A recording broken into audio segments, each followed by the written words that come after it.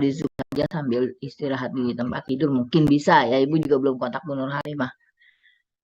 Oke, yang pertama kita akan masuk ini ke RPK, betul kan ya? RPK ya. Halo, betul ya, Izin Neh? jawab benar Ibu. Ya. Jadi yang buat materi ujian UAS, UTS besok itu materi Bu Indri, materi Bu Omi, sama materi Ibu yang ansetas. Nah, sedangkan mulai dari halusinasi ini sampai RPK dan seterusnya itu untuk UAS gitu ya. Sekarang kita lihat ini. RPK atau kita sebutnya risiko perilaku kekerasan.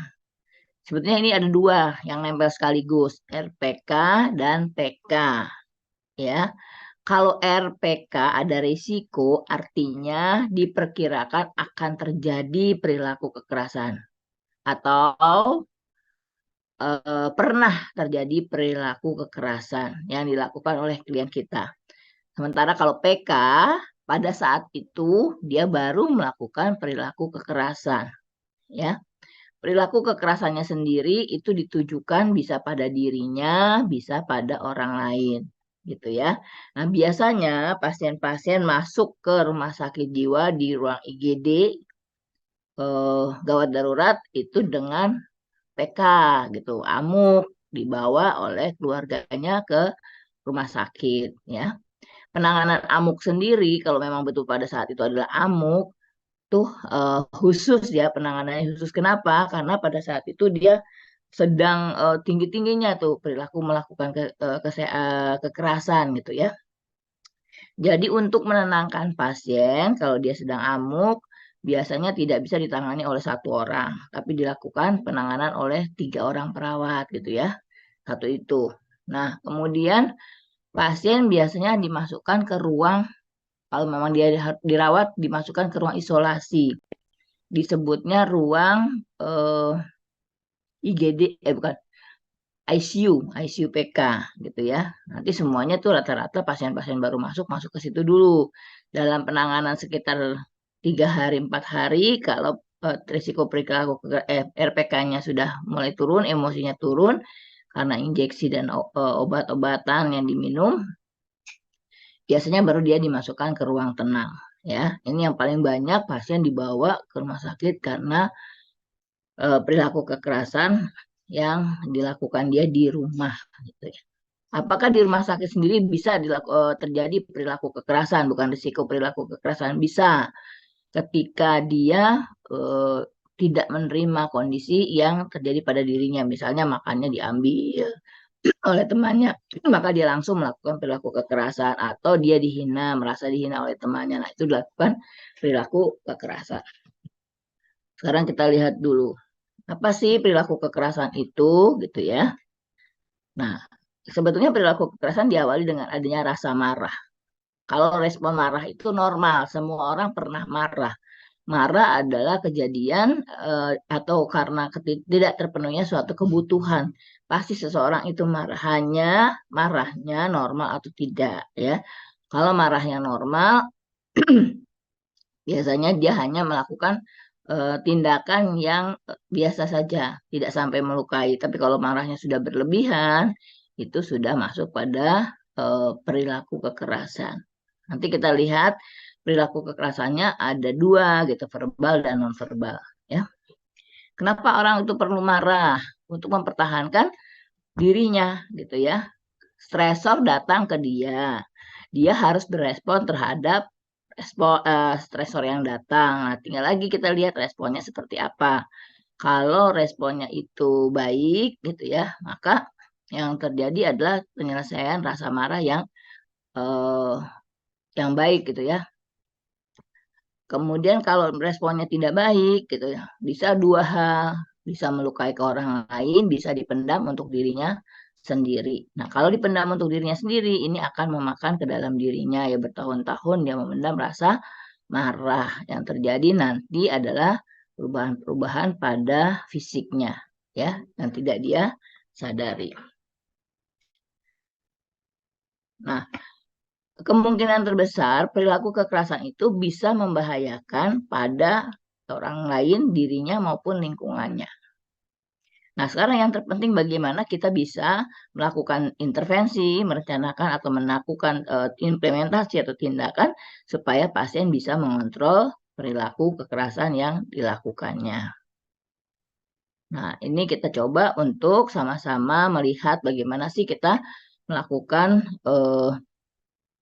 asuhan keperawatan pada pasien dengan LPK ya.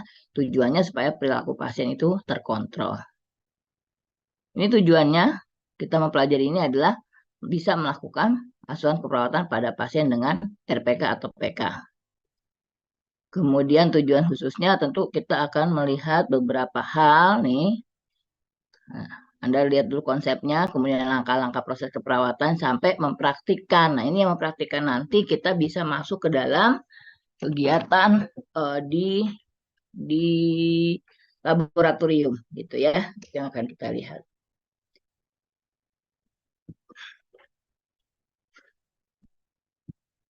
Ya, ini belum diganti sama Ibu, masih pakai yang lama. Perilaku kekerasan adalah bentuk perilaku yang bertujuan untuk melukai seseorang secara fisik maupun psikologis. Ini kalau yang katanya secara fisik itu berupa pukulan gitu ya, apa bisa juga berupa penusukan. Nah, pasien biasanya melakukan perilaku kekerasan menggunakan alat yang ada di sekitarnya. Kalau tidak ada, paling tangannya yang digunakan atau kakinya yang digunakan untuk melakukan perilaku kekerasan. Sementara kalau psikologis ini berupa kata-kata yang menghina, yang mengancam, itu yang dilakukan oleh pasien-pasien, ya. Kemudian perilaku kekerasan adalah respon perilaku manusia untuk merusak dan berkonotasi sebagai agresif fisik terhadap orang lain. Kalau ternyata orang lain tersebut menunjukkan ketakutan, biasanya pasien akan semakin agresif, gitu ya. Nah, selanjutnya perilaku kekerasan adalah hasil marah yang ekstrim atau adanya kepanikan yang merasa terancam pada diri seseorang, gitu.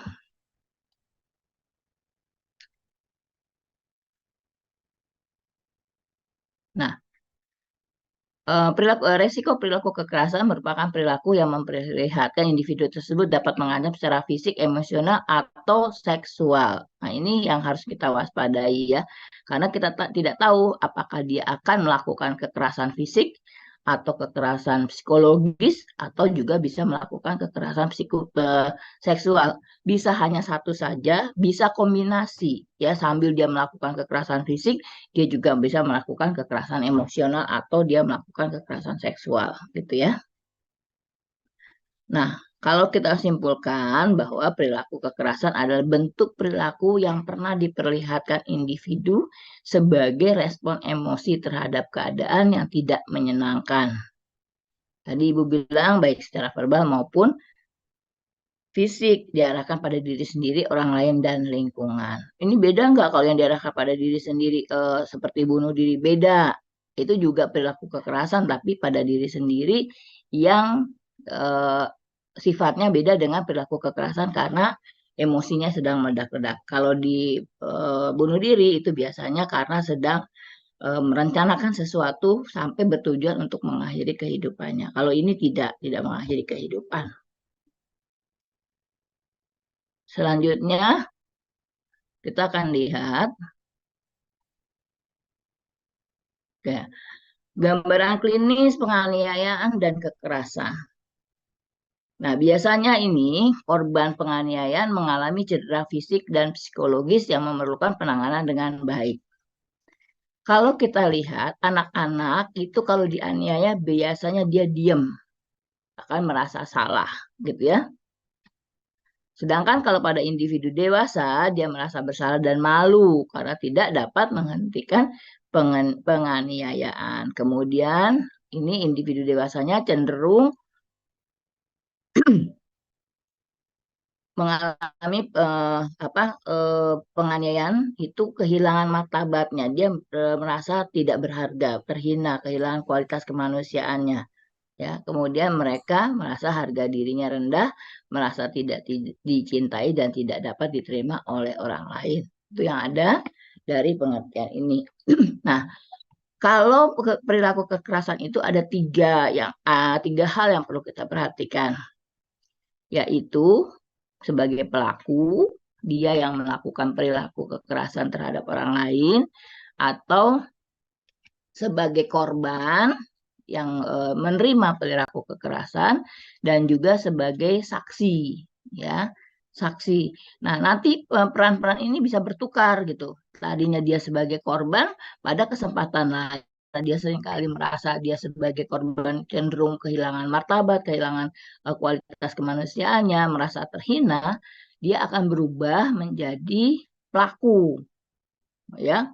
Kalau dia berubah menjadi pelaku, dia akan melakukan perilaku kekerasan padahal sebelumnya dia adalah korban gitu ya. Seringkali menerima itu, nah berubah dia. Atau dia biasa sebagai saksi menyaksikan adanya perilaku kekerasan yang dia lihat. Ya. Nah, biasa itu anak-anak kalau melihat bapak ibunya bertengkar, dia akan melihat, oh, penyelesaian marahnya dengan ini kekerasan. Nah, nanti si saksi sendiri itu akan bisa berubah juga dua hal. Apakah dia bisa menjadi pelaku ataukah dia menjadi korban gitu ya. Ini akan kita lihat. Nah, sementara yang tadinya pelaku juga mungkin pada satu sisi kalau dia bertemu dengan orang yang lebih kuat, nah dia juga akan menjadi korban. Nah, ini berputar di situ. Jadi ada tiga, apakah dia pelaku, ataukah dia korban, ataukah dia saksi dari satu peristiwa penganiayaan. Nah, kita akan lihat tentang karakteristik kekerasan dalam keluarga. Apa yang dilihat dalam keluarga, terutama dalam kehidupan bapak dan ibunya, itu akan terekam oleh anak-anak yang ada di situ. Oleh karena itu tidak diizinkan kalau bapak ibunya berantem itu di depan anak-anak, ya, karena mereka akan melihat, merekam apa kata-kata yang muncul ketika perilaku kekerasan itu ada, apa gerakan fisik yang dilakukan ketika kekerasan itu ada, gitu ya.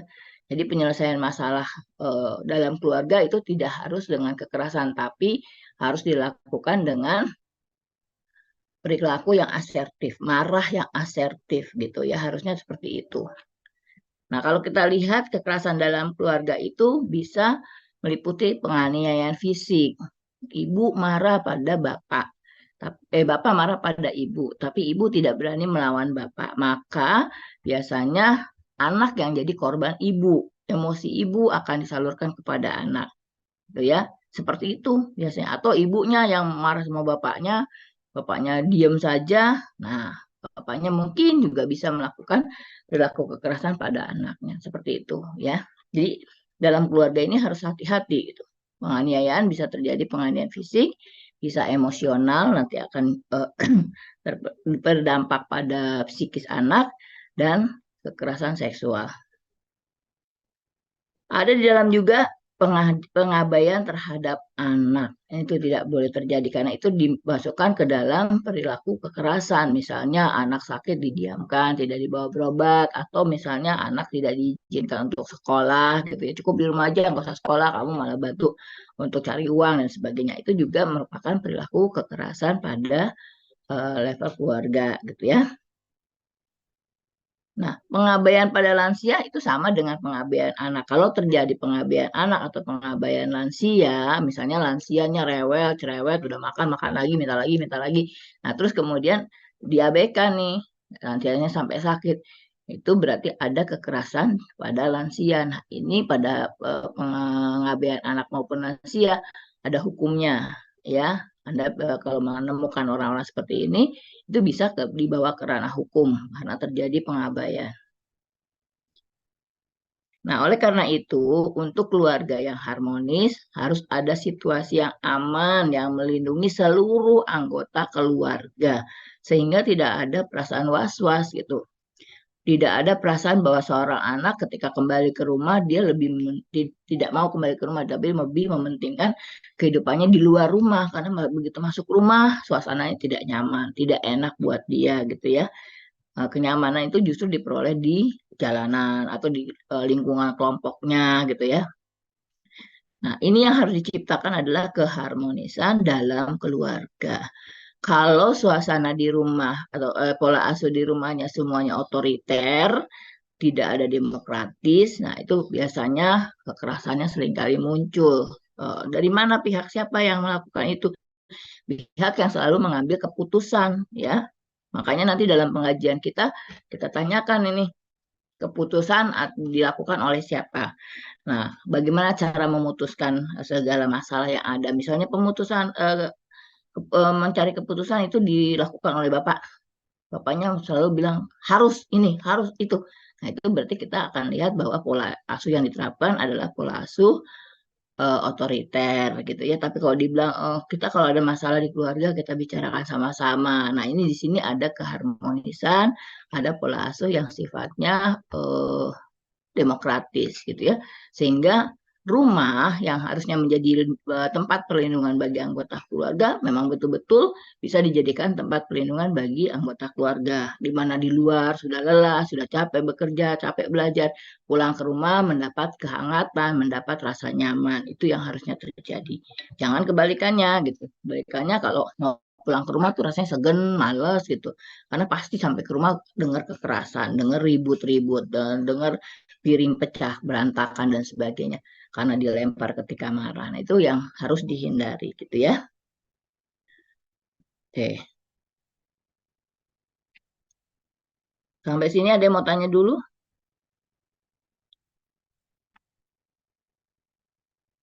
Lewat? Masih masih dengar atau sudah tidur? Ya, ambil jalan ya. Nah, kita akan lihat karakteristik individu. Biasanya kemarahan-kemarahan ini adalah kemarahan-kemarahan yang ada karena ada sesuatu gitu yang memang dia tidak sampaikan. Kemarahan sendiri bisa ditujukan pada diri sendiri, bisa pada orang lain gitu. Ada yang sifatnya kemarahan yang ditutupi hanya untuk arah dirinya sendiri marahnya, ada yang memang dibuka untuk dilemparkan kemarahan itu pada orang lain. Nah, sebetulnya nanti kalau kita lihat kemarahan itu harusnya disalurkan secara asertif. Bisa nggak sih Bu marah yang asertif? Bisa gitu ya. Caranya gimana gitu. Nggak dengan pukul, nggak dengan kata-kata kotor, kata-kata kasar yang menyinggung individu yang diajak bicara. Tapi begini, tadi kamu melakukan apa sama saya? Atau kamu tadi ngomong apa sama saya? Gitu ya.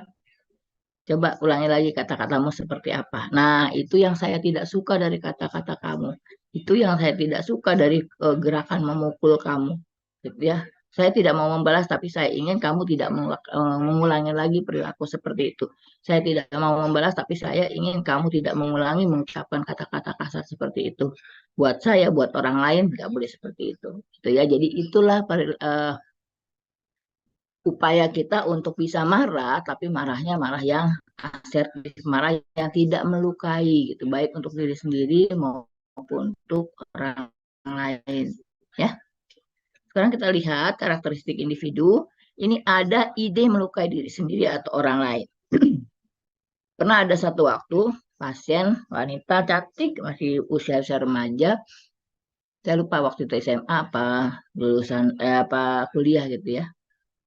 Jadi dia dirawat dalam kondisi yang marah, dibawa ke rumah sakit itu dalam kondisi kemarahan dan berusaha untuk membunuh gitu kan. Ya, itu waktu itu dia bawa pisau gitu ya untuk melukai. Siapa yang jadi sasarannya? Bapaknya gitu. Bapaknya yang jadi sasaran dia. Nah, setelah digali ternyata ada peristiwa yang membuat dia merasa tidak suka sama bapaknya. Ada marah yang dia tahan gitu ya. Saya lupa apakah pencetusnya seperti bapaknya itu melakukan apa gitu. Tapi itu yang tidak bisa dia terima. Hanya memang cara dia mengungkapkan rasa marahnya itu langsung gitu ya dengan berusaha melukai bapaknya. Ada juga anak remaja nggak diberikan motor gitu. Teman-teman yang lain anak SMP nih. Teman-teman yang lain sudah punya motor, dia nggak diberikan motor gitu. Itu juga dia mengancam juga ya, mengancam melukai. Nah, seperti itu. Kalau kita lihat faktor predisposisinya, mungkin kekerasan yang dia lakukan saat ini adalah hasil dari apa yang selama ini dia perhatikan ya. atau dari keluarganya memberi contoh yang seperti itu. Nah, faktor presipitasinya atau faktor pencetusnya tadi ada sesuatu yang membuat dia marah tiba-tiba gitu, ya. Ada kecenderungan untuk melukai diri sendiri maupun orang lain. Kemudian merencanakan tindakan kekerasan. Ini bisa apa saja.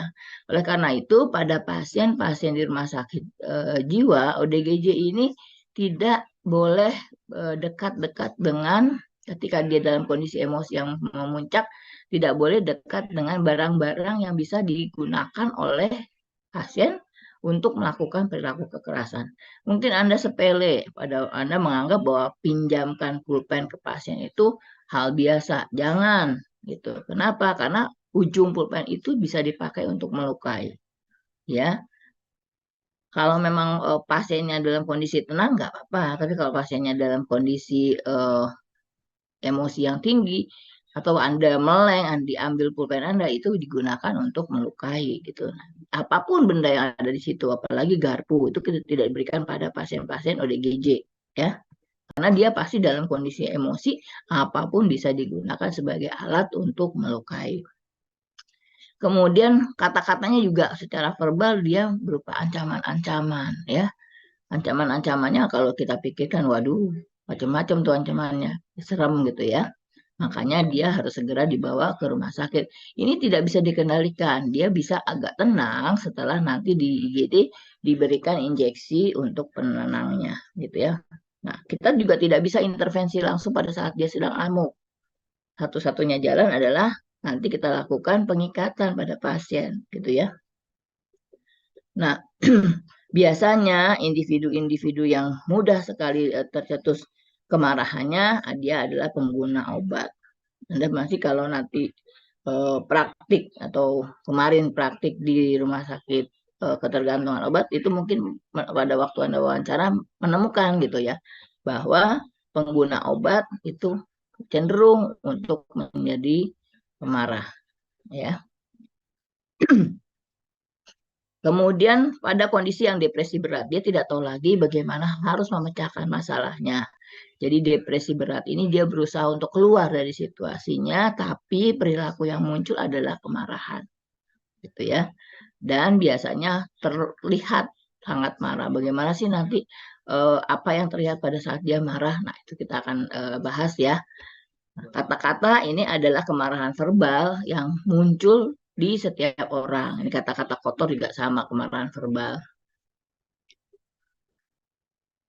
Nah, siklus penganiayaan dan kekerasan sendiri ada seperti ini, ya. Nah, kalau seseorang melakukan perilaku kekerasan, dia biasanya eh, menyerang atau melakukan tindakan berupa fisik, boleh fisik maupun psikologis. Nah, menyerang orang yang diserang itu langsung terdiam. Kalau dibalas menyerang lagi oleh orang yang menjadi korban, dia akan timbul lagi seperti itu. Tapi kalau diam saja, yang diserang itu menghindar, maka akan timbul periode penyesalan. Nah, maaf ya, maaf saya tadi melakukan tindakan seperti ini. Saya janji deh, nggak mau lagi melakukan tindakan seperti itu, gitu ya. Nah, ini biasanya eh, pasangan, pasangan seringkali melakukan seperti ini. Dia melakukan perilaku kekerasan baik fisik maupun verbal kepada pasangannya, kemudian meminta maaf dengan memberikan janji-janji dan juga memberikan hadiah untuk tidak terulang lagi, gitu ya. Tapi kalau memang dia sudah terbiasa melakukan perilaku kekerasan baik fisik maupun verbal, itu hanya lewat begitu saja. Kalau ada pemicunya lagi, dia akan muncul lagi ketegangannya dan dia bisa melakukan lagi perilaku kekerasan. Ini muter terus nih. Oleh karena itu, nanti pada pasien-pasien perilaku kekerasan, kita akan berikan terapi supaya dia bisa mengendalikan kekerasannya, gitu ya, bisa meredam emosinya supaya dia tidak melakukan kekerasan, kemudian minta maaf, kemudian tegang lagi, melakukan kekerasan lagi, itu berulang-ulang. Nah, itu yang harus kita stop, gitu ya. Nah, Kalau kita lihat dari faktor predisposisi atau faktor yang menjadi pendukung, apa saja sih kondisi-kondisi yang bisa menjadi pendukung buat dia melakukan perilaku kekerasan. Kita mundur berarti ke belakang. Adakah faktor dari biologisnya, psikologisnya, sosiokultural, kultural, aduh maaf, belepotan, yang bisa terjadi di dalam kehidupan seseorang. Kalau kita lihat dari faktor biologis, biasanya ini ada faktor dari keturunan. Ya, orang tuanya suka pemarah, gitu, menunjukkan kata-kata yang kotor untuk menyerang seseorang. Ada riwayat penyakit khususnya di trauma kepala ini juga bisa menimbulkan apa masalah di mana dia tidak bisa secara baik menyelesaikan masalah. Nah, kemudian ada juga karena dia menggunakan zat adiktif gitu ya. Ini secara biologis. Ini trauma kepala bisa juga tumor ya karena proses di dalam kepalanya itu juga mempengaruhi emosi dia. Nah, sedangkan dari faktor psikologis itu pengalaman marah akibat dari respon dia terdapat atau terhadap stimulus eksternal maupun stimulus internal. Lihat dulu kalau dia biasanya menahan emosi, menahan emosi, menahan emosi. Pada satu sisi dia tidak lagi bisa menahan emosinya, nah muncullah perilaku kekerasannya. Gitu. Secara sosiokultural ini diperoleh dari lingkungannya, ya. Kita lihat apakah norma budaya yang berlaku di lingkungan tempat dia hidup, ya, apakah itu dari sukunya, apakah itu dari budaya yang ada di lingkungan keluarganya, kebiasaan-kebiasaan yang ada di dalam keluarganya, itu mendukung dia untuk berperilaku asertif atau berperilaku agresif. Nah, ini dia bisa dua nih. Yang kita harapkan adalah setiap persoalan, setiap masalah, setiap stresor yang datang itu dapat diadaptasi dengan baik dengan respon yang asertif. Jadi penyelesaian masalahnya tidak ditujukan pada diri sendiri maupun lingkungannya, tapi dia selesaikan secara baik. Ya. Tapi kadang-kadang seseorang itu juga tidak bisa selamanya asertif, dia bisa agresif ya, menyerang langsung pada situasi yang membuat dia kesal atau marah. Nah,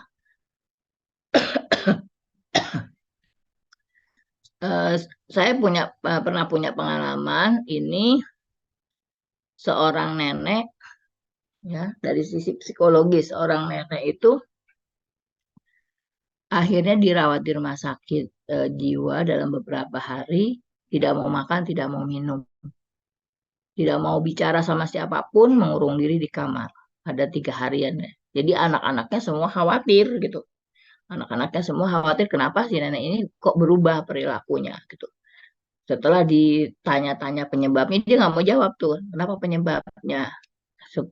Apa yang menyebabkan dia atau apa yang mencetuskan dia sampai menjadi perilaku kekerasan. Tapi perilaku kekerasannya ditujukan pada diri sendiri gitu.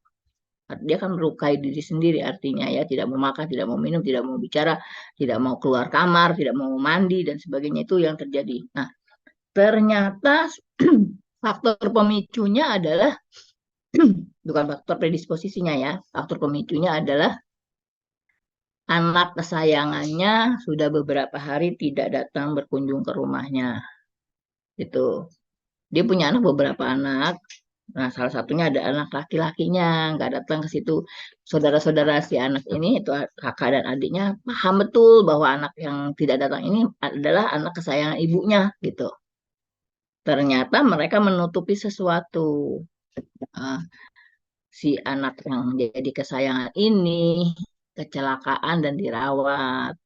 Nanti ibunya akan stres kalau tahu anaknya dirawat, tapi mereka tidak bilang kemana anak ini. Nah, itu yang membuat dia marah gitu. Kemarahan ini dia ungkapkan melalui respon yang negatif gitu. Bukan dia tanya kok si A ini nggak datang biasanya dia selalu kontak saya, entah itu telepon, entah itu datang gitu. Udah lama dia nggak datang-datang, ya. Nah, saudara-saudara ini salah gitu. Dia menutupi bahwa sedang ada masalah, yaitu kecelakaan dan dirawat di rumah sakit. Nah, ini seperti ini. Jadi pada lansia pun ada masalah gitu. Kalau misalnya dia minta sesuatu dan tidak dipenuhi, itu biasanya mudah terpancing lansia itu untuk marah gitu ya. Nah, ini harus kita lihat. Anak-anak juga sama, mudah marah ya. Jadi setiap orang itu tergantung pada copingnya dia gitu, kestabilan emosinya dia untuk bisa mengendalikan rasa marah yang ada pada dirinya. Anda marahnya gimana? Disampaikan atau diam? Saya kalau masih bisa ngomong, saya ngomong. Tapi kalau sudah tidak bisa ngomong, saya diemin. Saya liatin aja terus. Sampai yang diajak marah itu bingung apa sih yang terjadi nih? Ya gitu ya. Baru saya ngomong. Kalau udah kesel banget, diemin sama saya. Gitu ya. Oke, tiap orang berbeda-beda merespon terhadap satu situasi yang membuat dia marah. Nah, sekarang faktor pemicu, faktor yang menyebabkan saat itu dia jadi marah. Ya, tadi udah Ibu bilang ya, ada yang karena kesel sama bapaknya, ada yang kesel karena nggak dikasih motor gitu ya, ada yang anaknya nggak muncul-muncul. Kita bisa terjadi marah seperti ini ya apa aja. Anda juga mungkin marah ketika lagi asik-asik nulis, pakai pulpen, pulpennya tiba-tiba diserobot orang. Nah, itu ada juga. Kenapa? Karena merasa tidak dihargai, karena merasa pada saat itu kok aku disepelein banget ya. Nah, respon marah ini bisa terjadi karena harga diri dia itu tersinggung. Ya, harga diri seperti dilecehkan, seperti dihina, kemudian tidak dihargai, itu pasti membuat seseorang spontan melakukan tindakan marah gitu ya. Kalau RPK ini bisa juga terjadi pada pasien-pasien yang halusinasi, tapi isi dari halusinasi itu yang mengajak dia untuk melakukan tindakan marah. Berbeda dengan yang tadi. Kalau pencetusnya adalah harga diri dia, berarti tiba-tiba bisa marah. Artinya, eh, sorry, core problem RPK atau PK ini bisa didapat dari dua ya, bisa didapat dari penyebab karena harga diri rendah ya, atau bisa disebabkan karena adanya halusinasi di mana isi dari halusinasinya itu mendorong dia untuk melakukan satu perilaku kekerasan gitu ya. Nah, faktor presipitasi ini bisa yang didapat dari eksternal. Eksternal itu artinya didapat dari lingkungan dia gitu ya. Tadi apa sih yang diminta mungkin tidak dipenuhi ya permintaannya. Apa sih yang diterima dari lingkungannya, misalnya dia tidak tidak dianggap sebagai orang yang ada di sekitar situ dan sebagainya. Nah, itu juga menjadi faktor eksternal. Kenapa ya seperti itu ya? Memang dia ingin menjadi bagian dari lingkungan tersebut ya, tapi dia rupanya merasa ditolak. Dan ada juga yang karena faktor internal, ini yang terjadi di dalam dirinya sendiri gitu ya. Ada rasa bersalah, ada rasa tidak mampu untuk melakukan sesuatu sehingga dia kesal gitu pada dirinya sendiri. Nah, oleh karena itu supaya kita tetap sehat jiwa, faktor-faktor ini harus segera dikenali apakah kemarahan itu terpicu karena adanya faktor eksternal atau terpicu karena adanya faktor internal. Nah, kalau sudah tahu seperti itu, segera dia melakukan reduksi emosi, apa namanya? eh, Reduksi emosi itu pengendalian terhadap emosinya. Tentu tadi kita berharap respon marahnya itu adalah respon marah yang asertif, gitu ya. Nah, tadi di sini ada faktor internalnya apa saja. Bisa macam-macam, kehilangan persahabatan, kehilangan orang-orang yang dia cintai, kehilangan orang-orang yang berarti. Misalnya pacarnya, dia baru diputus pacar, bisa langsung marah gitu ya, kemarahan itu pada diri sendiri. Apa sih yang terjadi pada diri saya kok saya sampai diputus? Ada perceraian, ada kematian, ada kehilangan rasa cinta. gitu ya. Itu yang terjadi di internal, bisa macam-macam lagi. Nah, kalau eksternal ini ya biasanya terjadi karena lingkungan tadi yang dia tidak bisa terima. Apakah dia mendapat pukulan ya eh, dari orang di sekitar dia, apakah terjadi keributan, apakah ada penghinaan itu ya yang dia terima dari lingkungannya. Nah, sekarang kita lihat pada pasien yang marah seperti apa. Apakah Anda juga melakukan kemarahan seperti ini? Ya, gimana respon Anda ketika marah? Kita lihat. Kalau marah saya selalu teriak-teriak. Kalau marah saya selalu banting-banting pintu. Kalau marah saya langsung mukul orang. Macam-macam, setiap orang beda-beda ya. Biasanya dia melakukan itu hanya untuk melindungi dirinya dari kemarahannya sendiri itu ya. Kita lihat di data subjektif. Data subjektif itu data yang dinyatakan oleh pasien. Ini bisa kita observasi. Objektif juga sama, data yang kita perhatikan dari pasien. Observasi juga. Ada ungkapan ancaman pada orang lain. Itu biasanya dilontarkan. Nah, ini kemarahan. Kalau memuncak dia nggak mukul, cuma ngomel aja, marah aja. Itu berarti kemarahan yang sifatnya verbal gitu ya. Kalau marah yang verbal biasanya tidak terlalu masalah ya, yang justru bermasalah kalau dia berupa penganiayaan fisik nantinya. Nah, ada ungkapan kata-kata kasar, kata-kata kotor, dan ada ungkapan ingin memukul atau melukai. Kalau sudah ada ungkapan ingin memukul dan melukai, ini harus diwaspadai karena akan dilakukan oleh pasien ya.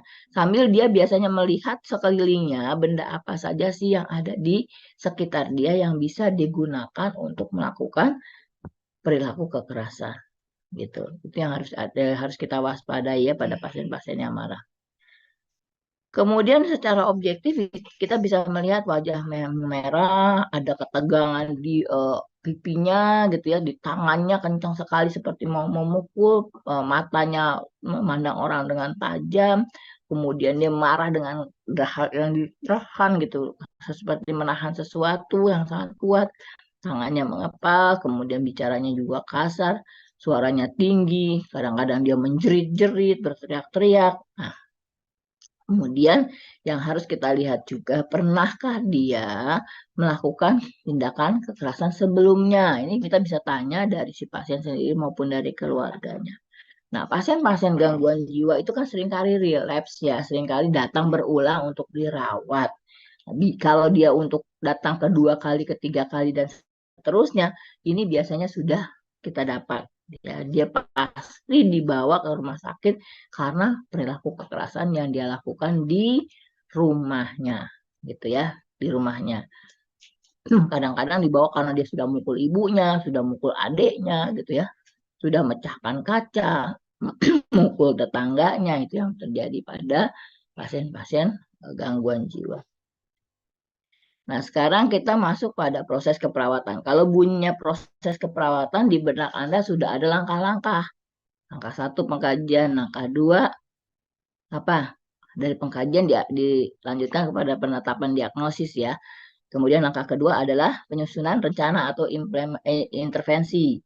Nah, kemudian implementasi adalah pelaksanaan dari intervensi, itu melakukan kegiatan apa yang kita rencanakan. Di bawahnya lagi ada evaluasi. Di bawahnya lagi ada pendokumentasian. Itu satu proses yang berjalan seperti itu. Nanti dari pendokumentasian kita evaluasi lagi, benar nggak seperti itu. Masuk lagi ke pengkajian. Proses ini berputar terus. Yang kita harus kaji adalah ini. Kita harus mengkaji ini dulu, gitu. Apa sih yang menyebabkan dia marah? Ya, Bapak marah. Bagaimana perasaannya pada waktu Bapak marah? Iya, jantung saya seperti berdebar-debar, gitu. Napas saya seperti sesek, gitu. Apalagi, apalagi. Nah, pada waktu ini sebetulnya kita sedang mendiskusikan dengan berdiskusi dengan pasien tentang apa sih yang terjadi pada diri dia dan bagaimana dia mengendalikan emosinya. Itu yang sedang kita cari, gitu ya. Terus apa yang dilakukan ketika Bapak marah atau Ibu marah? Ya kalau saya marah biasanya saya mukul ya. Kalau marah saya biasanya mengumpat ya. Kalau saya marah biasanya saya diam saja sambil menangis dan sebagainya. Jawaban itu akan kita peroleh tergantung dari kebiasaan apa yang dia rasakan. Ya, kebiasaan apa yang dia lakukan. Kemudian tanda-tandanya dia marah, dia tahu kalau seseorang mau marah itu kan hormonnya akan berubah nih, hormon-hormon apa endorfinnya akan berubah, norepinefrinnya akan berubah. Itu karena seperti tanda-tanda kita stres kan. Nanti yang ada adalah kortisolnya. Tolong tutup dulu, ada yang bocor. Kortisolnya yang tinggi untuk membuat dia tambah stres. Halo, halo, tutup dulu, itu ada yang bocor. Ya, nah itu kita akan lihat tanda-tanda dia marah seperti apa. Nanti setelah Anda mendapatkan hasil dari pengkajian ini, Anda bisa tawarkan, oh, menurut Bapak atau menurut Ibu yang dilakukan selama ini udah betul apa salah atau kurang betul gitu ya. Oh, marah itu dilampiaskan dengan cara verbal marah-marah atau dengan cara memukul itu udah betul belum? Tuh. Belum, kalau pasien bilang belum, nah nanti saya ajarkan ya gimana caranya untuk bisa mengendalikan emosi, meredam kemarahan. Itu nanti yang Anda akan lakukan sebagai intervensi pada pasien, ya. Apa akibat dari marah yang seperti itu? Dia akan lihat kerugian-kerugian apa yang dia terima atau orang lain terima ketika dia melampiaskan kemarahannya, baik verbal maupun eh, fisik, ya. Itu yang Anda kaji. Selain kaji melalui wawancara, Anda juga sambil melihat ketika kita melakukan wawancara dengan pasien atau sedang mengkaji, kita juga mengamati bagaimana cara pasien mengungkapkan tadi. Kalau marah bagaimana coba deh lihat dan tunjukkan seperti apa. Iya kalau marah saya tuh begini gitu tuh. Kesel gitu. Pokoknya marah nih saya nih gitu. Nah, itu akan kita lihat pada saat dia mengekspresikan kemarahan yang dia mau sampaikan ke kita. Kalau aku marah tuh begini nih, melotot, kenceng tangannya, memukul rasanya. Dia akan tampilkan bersama dengan kata-kata yang dia ucapkan ke kita. Ada nggak seperti itu? Kalau ada semua, berarti klop, betul. Dia marah. Ya, nanti tinggal kita pisahkan marahnya itu fisik atau non fisik, yaitu verbal. Ya, nah, pada saat kita wawancara pada pasien dan RPK, apalagi pada PK, yang harus diperhatikan oleh perawat adalah posisi, ya. Posisi perawat itu tidak dekat dengan pasien, ya, sejauh sejauh jengkalan tangan kita, ya, tangan kita kita luruskan, nah itu kita harus lebih dari satu satu jengkalan tangan kita, gitu ya. Apa namanya? Satu lengan kita harus jauh. Kenapa? Karena kita tidak tahu emosi pasien yang ada pada saat itu. Kalau pasiennya tenang menceritakan ini nggak apa-apa, tapi pasien itu tiba-tiba karena bisa tercetus emosinya, kita juga bisa kena pukul. Ya perawat kena pukul pasien-pasien ODGJ itu ada gitu. Jadi kita harus waspada. Satu, jarak kita pakai jarak bukan jarak sosial ya, bukan jarak sosial dan bukan jarak pribadi, tapi jarak yang memang agak jauh dari pasien ya. Kalau jarak pribadi itu 40 cm deket-deket banget nempel ke pasien ini enggak kita jaga. Kemudian selain jarak, nada bicara kita juga harus tenang ya karena nada bicara kita yang agak tinggi juga akan membuat pasien itu merasa dia sedang berhadapan dengan orang yang bisa memicu kemarahannya. Jadi kita tenang, ada senyum kita gitu, ada jarak yang kita perhatikan, posisi duduk kita juga tidak di pojokan ya, di tempat yang terbuka. Sehingga kalau tiba-tiba emosinya melonjak, dia marah, kita masih bisa menghindar dari pukulan pasien gitu ya. Kalau kita berada di pojok, nah waktu pasien marah dan mau memukul, kita langsung kena pukul gitu ya. Nah, perhatikan juga gerakan bahasa tubuh perawat. Bahasa tubuh perawat itu jangan mengundang pasien untuk terpicu emosinya. Bahasa tubuh yang seperti apa gitu. Ya mungkin kita waktu ngomong sambil bercanda. Ah, itu apa namanya? Gitu aja marah sambil kita mungkin melakukan gerakan yang membuat dia marah gitu. Aku lagi ceritain marah, tapi kok kamu nggak nganggap gitu. Nah, dia tiba-tiba bisa mukul kita. Gitu ya. Jadi kita harus lebih tenang, duduknya yang betul. Semua kita atur supaya kita tidak menimbulkan emosi pada si pasien, gitu ya. Nah, kita dengarkan apa yang dia sampaikan, jangan memotong pembicaraannya. Juga tidak boleh mengatakan, kenapa kamu melakukan itu? Kata-kata kenapa, mengapa, itu menjurus pada tuduhan kepada pasien. Ya, kok kamu melakukan itu? Itu seolah-olah seperti itu. Jadi kata-kata yang namanya, kenapa kamu melakukan itu? Atau mengapa kamu lakukan demikian?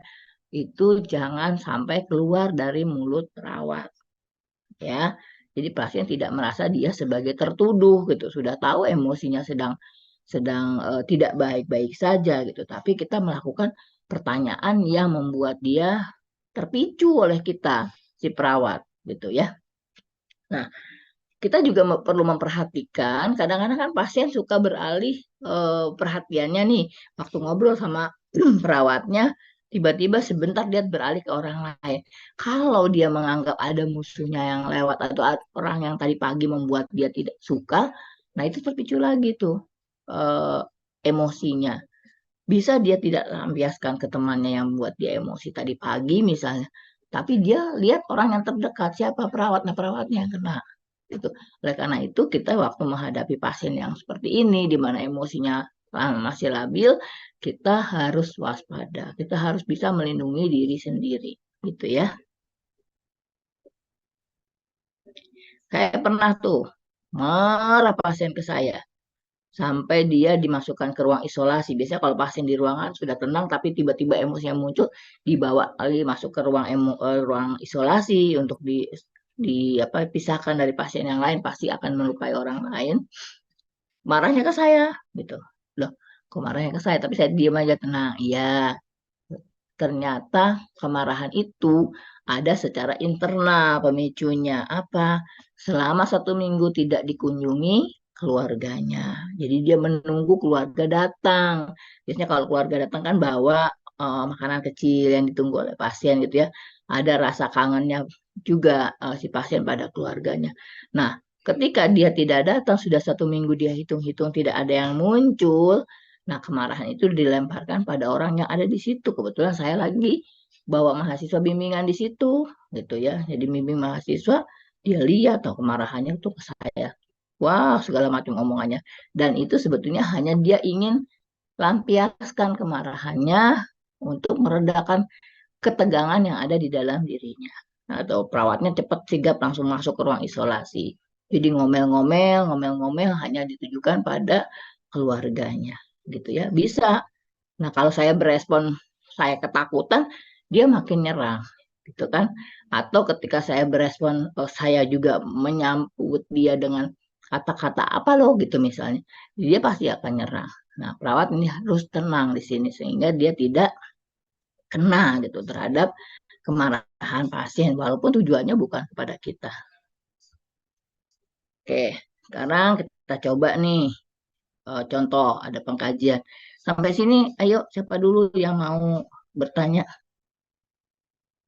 Ini nggak salah nih baru jam 23.03. Kita sampai jam 9 aja dulu ya. Ada yang mau tanya? Tidur nih. Dengar ibu nggak? Oke, ibu cek dulu deh. Pada tidur apa? Ini pada hilang nih, nggak ada orangnya. Ah, kemana ini, Neng? Tuh kan ibu dikasih senyum foto aja ini. Udah, sekarang ibu mau marah, ibu mau berhenti, nggak mau ngajar.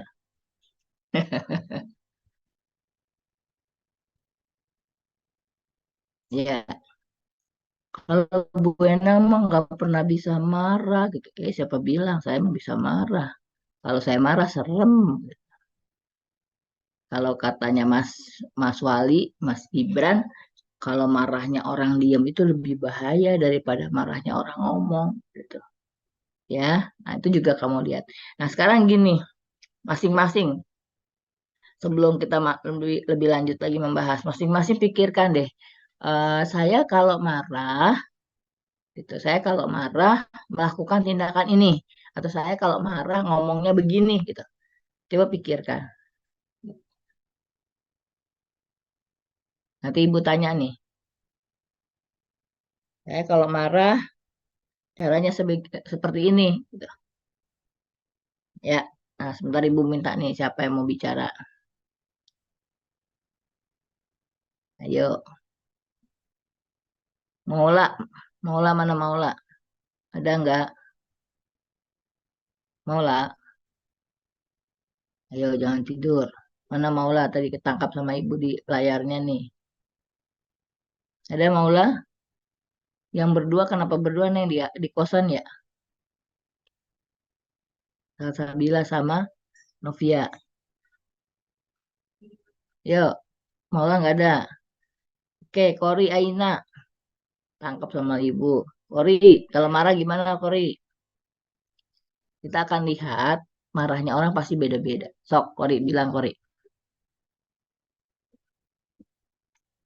Kenapa Anda belajar keperawatan jiwa kok dibahas marah, kok dibahas halusinasi, dibahas juga isolasi sosial, dibahas juga ini juga.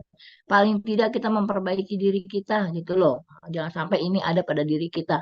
Nah, sekarang Anda marahnya benar apa salah? Yuk kita lihat respon marahmu benar atau kurang benar. Kori ngomong Ri, sebentar aja satu aja. Nanti kita bahas. Kori denger ibu nggak? Halo, Kori. Iya Ibu. Nah, gimana coba kalau kamu marah gitu? Saya biasanya kalau marah itu nanti berujung nangis Ibu. Nah, oke. Siapa lagi? Marah, nggak bisa ngomong apa-apa, yang ada nangis. Ayo, siapa lagi yang mau kasih pendapatnya? Kalau saya marah seperti ini, gitu. Ayo, kita perbaiki diri kita, yuk. Amel, Amelia, Cynthia. Kalau marahmu seperti apa? Ini beda suku nih. Tadi Kori orang mana? Suku mana? Izin menjawab Jawa Ibu. Jawa. Oke, kita bedakan dengan Cynthia. Cynthia Pasaribu. Iya, Ibu. Gimana kalau Cynthia? Kalau saya sih kalau marahnya yang kesel banget lebih ke diem ya, Bu. Kalau Nah, sama lebih. orang yang nggak akrab gitu. Kalau akrab, ya saya ungkapin. Oke. Nah, satu lagi deh. Siapa nih yang ada di layar ibu? Laki-lakinya siapa ya? Bintang ya, ada bintang tadi ya. Mana dia? Bintang. Tidur ya bintang ya. Ayo marah gimana caramu marah?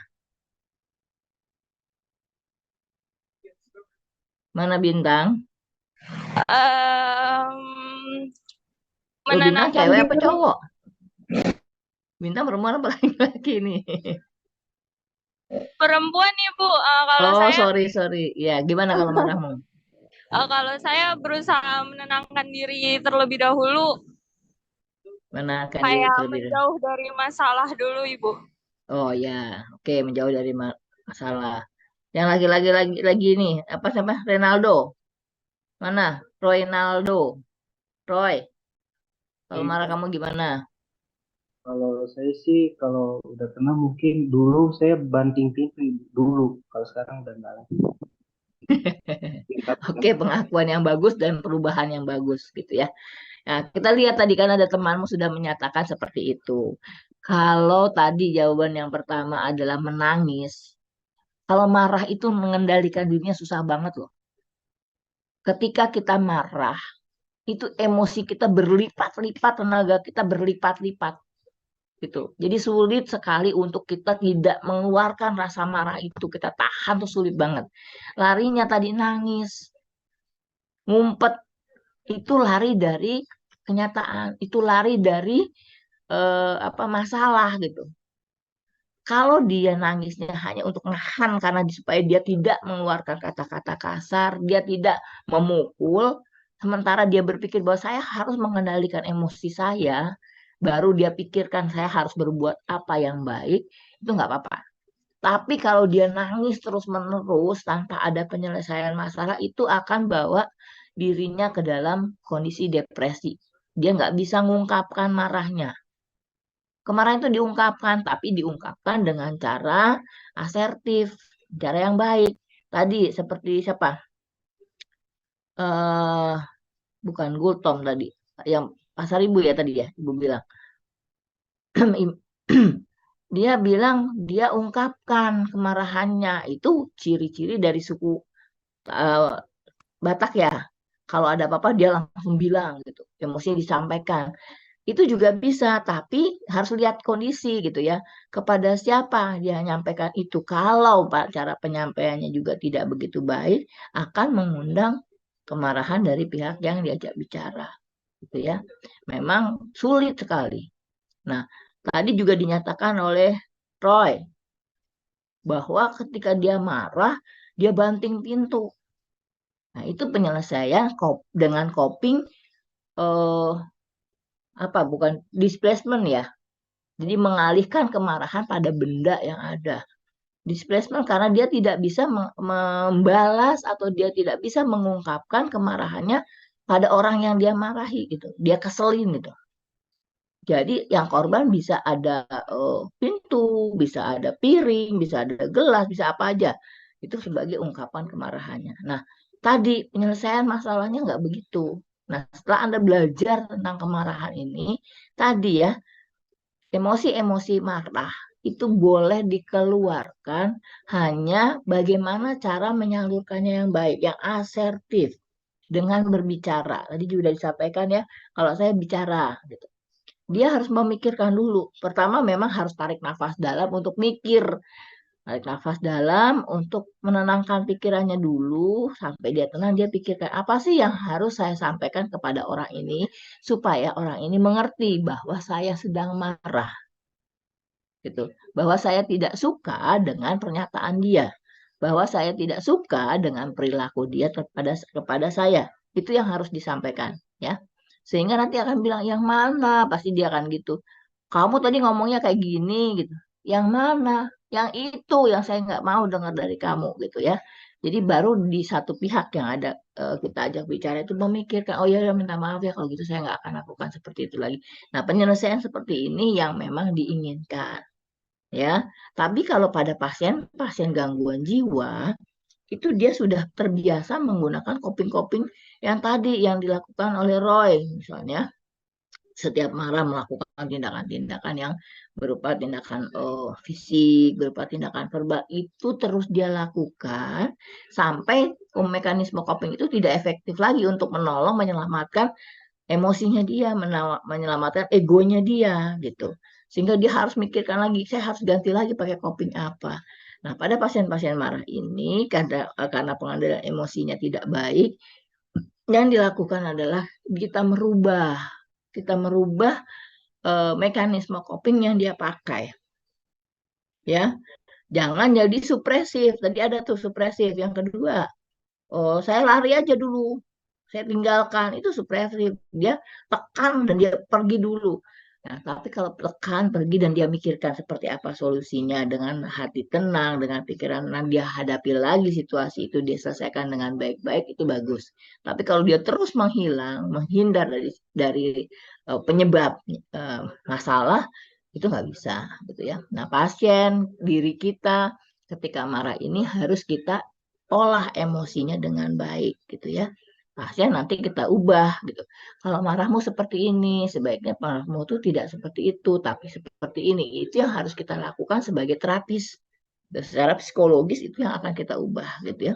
Kamu lari dari kenyataan padahal masalahmu malah tidak selesai. Nah, seperti itu jadi harus dilakukan tindakannya seperti ini, seperti ini, seperti ini. Kalau Anda memberi saran pada pasien seperti itu, nanti tergantung pasien mau memilih cara apa gitu ya untuk mengendalikan rasa marahnya. Yang jelas dari coping individu yang tidak efektif dengan penyelesaian coping yang negatif, kita akan ubah menjadi coping yang positif. Itu yang penting pada pasien, gitu ya. Supaya setiap kali dia marah, dia berpikir kalau marahnya seperti itu nggak ada gunanya, gitu. Tapi bagaimana marah ini diketahui orang yang penyebab marahnya atau diselesaikan permasalahannya dengan baik sampai dia menjadi tenang kembali, gitu ya. Nah, ini contoh pengkajian. Kita menemukan data bahwa pasien ingin memukul ibunya karena keinginannya tidak terpenuhi.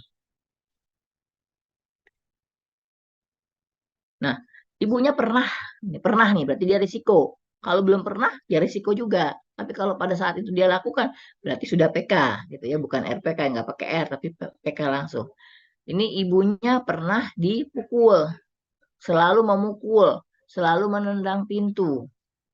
Pasien bicara dengan nada tinggi, suara keras, tangan mengkepal, mata melotot, dan lain-lain tergantung dari apa yang kita nanti dapatkan dari hasil pengajian di pasien. Ya, nah bagaimana ketika dia marah ini emosi pada saat marah itu berlipat-lipat energinya. Ya, makanya pada pasien-pasien marah nanti kita akan lakukan TAK penyaluran energi gitu. Gak bisa kita tidak melatih penyaluran energi karena energi pada saat dia marah itu berlipat-lipat.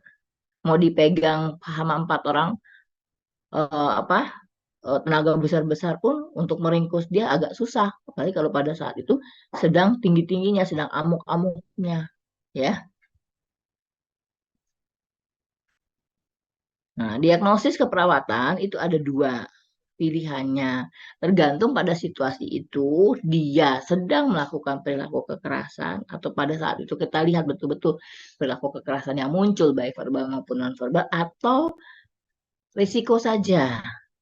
Ya. Nah, kalau risiko pastinya sudah tenang biasanya. Dia pernah melakukan seperti tadi atau kecenderungan untuk melakukan karena dia tadi keselnya udah mulai memuncak ya. Nah, kalau kita sudah tentukan sudah mendapatkan hasil dari pengkajian kita sudah melakukan analisis untuk menentukan masalah keperawatan dan sudah menetapkan diagnosis keperawatan, itu langkah kedua adalah merencanakan tindakan keperawatan. Mau kita apakan pasien kita? Intervensinya apa nih? 1, BHSP pasti itu. Kedua, apalagi kita kaji, kita ajak pasien untuk memahami dirinya, perilaku-perilaku kekerasan seperti apa yang dia lakukan, itu baik atau tidak baik. Nanti terus baru kita akan latih dia untuk merubah perilaku kekerasannya dengan cara apa, menekan emosinya ya. Kemudian dia nanti akan berlatih terus untuk tindakan-tindakan itu. Nah, baru kita lakukan tindakan keperawatan. Kalau pada Anda, itu tindakan keperawatannya harus ditujukan pada klien dan keluarga.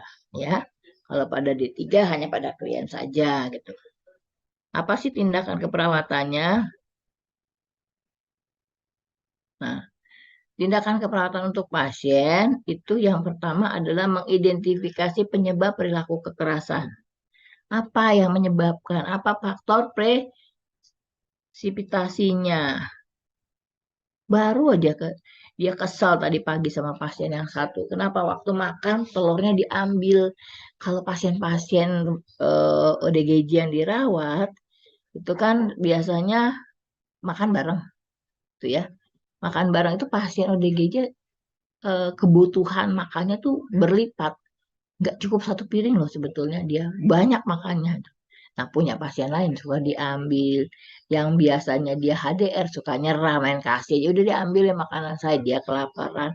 Nah, biasanya suka perilaku kekerasan kiri kanan dia ambilin. Nah, itu lama-lama yang tertekan tadi bisa juga melakukan perilaku kekerasan. Nah, ini kita cari penyebabnya apa yang terjadi sampai dia bisa melakukan perilaku kekerasan. Bu, kalau baru datang dari rumah, pertanyaan kita gimana?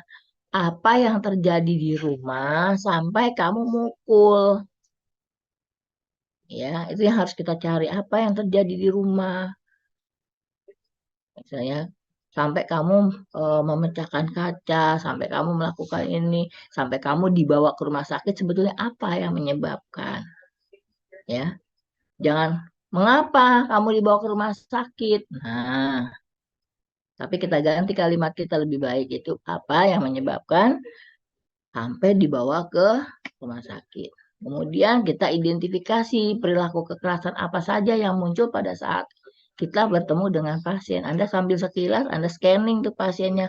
Oh, dia gini, gini, gini, gini. Nah, lihat tanda-tanda yang muncul di pasien apa. Misalnya marah-marah. Kemudian apa lagi? Tangannya mau ngepal seperti mau mukul. Atau dia sudah memukul tembok nih. Di rumah sakit dia pukul-pukulin temboknya. Dia bentur-benturin kepalanya. Itu yang Anda catat. Tanda-tanda perilaku kekerasan yang dimunculkan.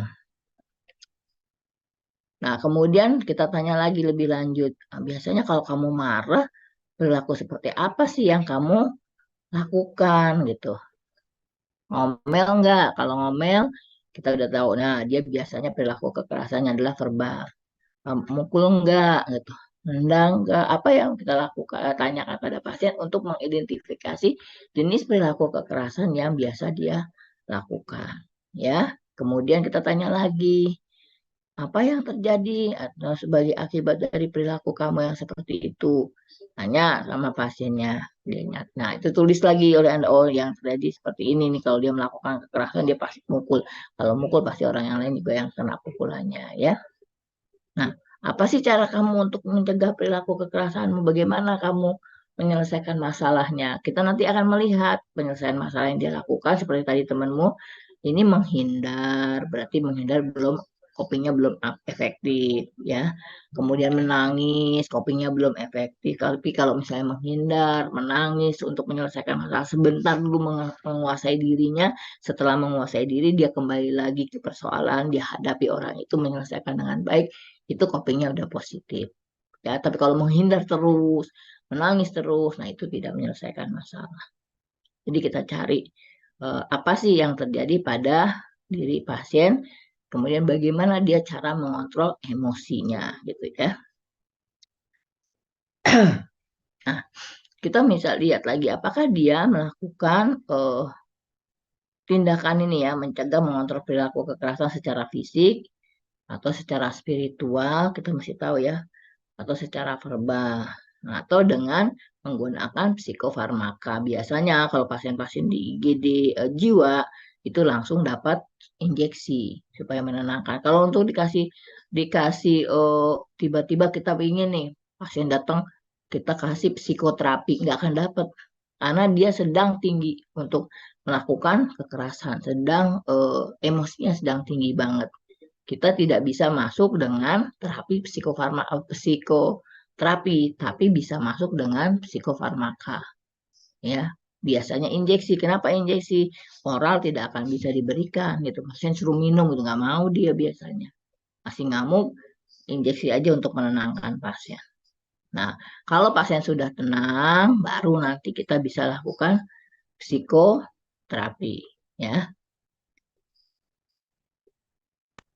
Nah, kemudian tindakan selanjutnya. Tindakan keperawatan ini yang pertama, bina hubungan saling percaya. Kalau membina hubungan saling percayanya belum benar-benar trust, belum benar-benar terbina, jangan lanjutkan dengan tindakan yang lain. Ya, kita bangun dulu nih hubungan saling percayanya sampai betul-betul pasien percaya sama kita. Saya namanya perawat ini, saya dinas di sini, saya akan membantu ibu apa-apa untuk menyelesaikan masalah. Saat ini memang sedang emosi. Yuk, mari kita kendalikan emosinya seperti apa. Gitu ya, kita akan bantu selama dalam masa perawatan. Sampai dia bilang, ya udah suster, saya mau dirawat di sini, saya mau coba untuk mengendalikan emosi saya. Nah, itu sudah terbina hubungan saling percaya. Ketika hubungan saling percaya sudah terbentuk, nah biasanya apa yang kita diskusikan, apa yang kita ajarkan mudah diterima oleh pasien. Karena nanti apa yang kita ajarkan itu kan dia suruh berlatih terus walaupun tanpa ada kita. Kita ngajarkan satu kali, ngajarkan dua kali sambil kita evaluasi. Setelah Anda menilai, oh bagus nih dia bisa latihan secara mandiri. Itu dilatih terus, ada atau tidak ada pemicu untuk bisa munculkan perilaku kekerasan, dia sudah harus berlatih sehingga nanti membudaya di dalam diri dia ketika dia berhadapan dengan situasi yang membuat dia terpicu untuk marah, dengan spontan dia melakukan tindakan yang sudah Anda ajarkan. Nah, kadang-kadang pasien suka lupa. Jadi dia latih mandiri. Nah, tidak ada usaha pasien ini tanpa didukung oleh keluarga. Keluarga tuh biasanya kalau pasien sudah masuk ke rumah sakit jiwa, dianggap sebagai udah dilepasin aja deh urusannya sama orang rumah sakit. Enggak begitu, ya. Dia kan terkontaminasi oleh pasien-pasien yang lain. Kalau pasien-pasien yang lain memicu kemarahan dia pasti ribut berantem pasti akhirnya. Itu malah menambah masalah gitu ya. Nanti di rumah apa yang sudah kita bentuk bagus di rumah sakit, sudah kita budayakan dia untuk mengendalikan perilaku kekerasan, sampai di rumah berubah dia tetap melakukan perilaku kekerasan. Kenapa? Karena keluarganya juga tidak mendukung dia untuk bisa mengendalikan emosi, malah memicu terjadinya emosi pada pasien. Nah, ini yang harus kita lihat. Jadi kita harus melibatkan keluarga untuk bisa turut membantu membuat pasien lebih tenang gitu ya. Nah, tadi sudah terbina hubungan saling percaya. Kemudian kita diskusikan ini pada pasien. Ini pertemuan pertama saja di hubungan saling percaya dengan diskusi ini sudah bisa kalau hubungan saling percaya itu dalam kurun waktu singkat sudah bisa terbina. Tapi kalau ternyata dia nih protek banget, nggak mau percaya sama sama perawatnya, Anda nggak usah lanjutkan dengan tindakan-tindakan berikutnya. Ini dulu sampai bisa terbina hubungan saling percaya dengan pasien. Bu, saya belum bisa ke pasien, pasiennya masih marah terus. Ya nggak apa-apa, terus dekati pasien. Terus nyatakan bahwa Anda memang mau membantu pasien. Ya, sampai pasien memberi kesempatan untuk bisa melanjutkan interaksi dengan Anda. Gitu ya. Nah, kalau sudah terbuka interaksi dengan pasien, baru kita bahas dengan pasien nih apa sih yang menyebabkan dia marah, cara marahnya seperti apa, menurut dia cara marah sekarang ini sudah benar atau tidak. Kalau menurut Anda belum benar, yuk nanti diajarin sama suster mau nggak gitu ya. Kalau kita ajarin, gitu, ada perilaku yang baik yang bisa kita lakukan. Nah, baru kita nanti siapkan untuk melatih dia. Ya. Nah, hati-hati ketika kita mendiskusikan dengan pasien, ini tanda-tanda perilaku kekerasan yang biasa dia lakukan, tanda-tanda psikologisnya, tanda-tanda sosial, tanda-tanda spiritual. Jangan Anda memotong di sini, ya. Nih, tanda-tanda ini semuanya harus kita bahas, kita diskusikan sambil menjaga perasaan pasien. Karena ketika nanti Anda berespon tidak baik, kan pasien itu mengamati kita. Itu apa yang kita sampaikan, apa yang kita lakukan, itu diawasi terus oleh pasien. Ketika kita salah di sini, dia akan berespon marah. Ya, atau kita misalnya ngejek, gitu aja marah, cemen le. Itu kan biasanya kalau kita dengan teman bisa kita lakukan seperti itu. Teman kita kondisi emosinya normal. Kalau pasien kamu gitu kan, kamu dipukul gitu. Ya, itu namanya melecehkan pasien. Pasien nggak mau terima. Anda tiba-tiba bisa ditinggal Pak sama pasien. Ya, hanya karena kita berespon tidak sesuai gitu. Nah, harus hati-hati. Kita harus jaga perasaan pasien.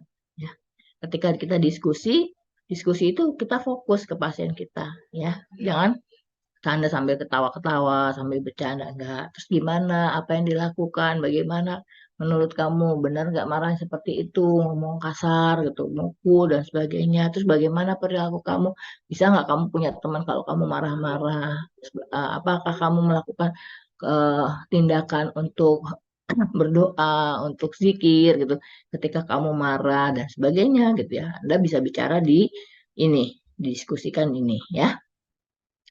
Selanjutnya kita lihat, nah diskusikan bersama pasien kekerasan yang biasa dilakukan ketika marah. Apa sih yang dilakukan sama dia? Apakah verbalnya lebih tinggi? Apakah dia melukai orang lain, melukai diri sendiri, menghancurkan lingkungan gitu. Ini harus dibahas. Nanti Anda sudah bisa berkesimpulan di sini. oh dia biasa melakukan tindakan seperti ini, berarti nanti saya akan arahkan untuk tidak melakukan seperti itu, tapi yang positif gitu ya. Selanjutnya juga diskusikan bersama pasien akibat dari perilaku kekerasan yang dia lakukan gitu.